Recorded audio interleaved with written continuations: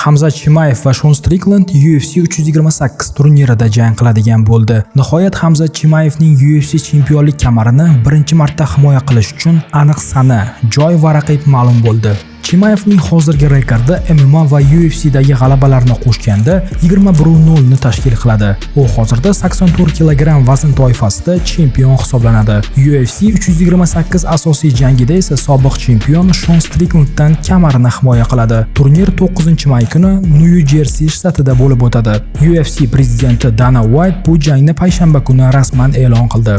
Chimayev o'tgan yili avgust oyida Drix du Plessis ustidan aniq hisob bilan g'alaba qozonib, UFC 319 asosiy jangi orqali kamarni qo'lga kiritgan edi.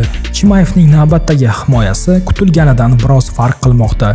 Ko'pchilik uning raqibi sifatida eng birinchi da'vogarlardan biri bu Nasruddin Imamovni kutgan edi. U du Plessisdan keyin ikkinchi o'rinda turadi.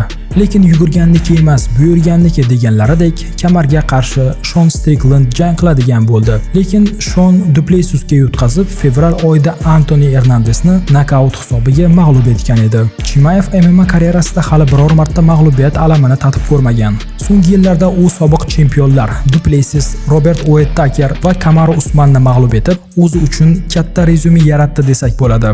Strickland 2023-yildan beri 2 ta g'alaba va 2 ta mag'lubiyatni qayd etgan. Uning 2 ta mag'lubiyati ham eng qizig'i du Plessisdan uchralgan mag'lubiyatlar hisoblanadi. Shuningdek, turnirda boshqa qiziqarli janglar ham e'lon qilindi. Hamyurtimiz Bogdan Guskov sobiq UFC yengil og'ir vazn chempioni Yan Blachowicga qarshi yana bir bor oktagonga ko'tariladi. Ular oldin 2023-yil dekabr oyida UFC 323 turnirida jang qilgan edi. Jang juda hayajonli bo'lib, har ikki jangchi ham g'alaba qozona olmagandi va natija durang bilan yakunlangan edi. Bu jangda hamyurtimizga omad tilaymiz. Bundan-da qiziq videolarni o'tkazib yubormaslik uchun sahifamizga obuna bo'ling. Arman Sarukyan UFC prezidenti Dana White nega u haqida salbiy fikr bildirayotganini tushunmayotganini aytdi. Sarukyanning hozirgi rekordi MMA va UFC janglari bilan hisoblaganda 33 g'alaba va 5 mag'lubiyatni tashkil qiladi. Yengil vazn toifasida vaqtinchalik chempionlik jangi uchun nomzodlardan biri bo'lishiga qaramay, promotion boshqa qaror qabul qildi. UFC rahbariyati vaqtinchalik kamar uchun Justin Gaethje va Paddy Pimblett o'rtasida jang tashkil etdi. Bu jang UFC 324 turnirida bo'lib o'tdi. Gaethje g'alaba qozonganidan so'ng endi u yengil vazn chempioni Ilya Topuria bilan kamarlarni birlashtirish jangini o'tkazadi. Ushbu bahs 14-yanvar kuni UFC Freedom 250 turnirining markaziy jangida bo'lib o'tadi.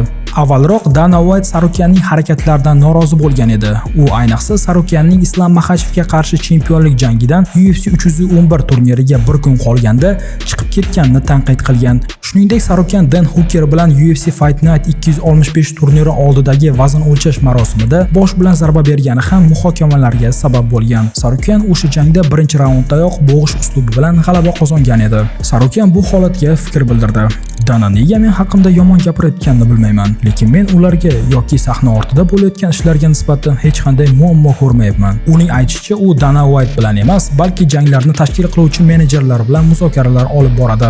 Men Hunter Campbell bilan gaplashaman, chunki janglar bo'yicha asosiy mas'ul u. Dana esa faqat yakuniy tasdiqni beradi xolos. Bundan tashqari, Sarukyan oxirgi bergan intervyusida UFC rahbariyati unga Topuria va Gaethje o'rtasidagi jang g'olibini berishni rejalashtirayotganini ham aytib o'tdi. Bundan-da qiziq videolarni o'tkazib yubormaslik uchun hoziroq sahifamizga obuna bo'ling.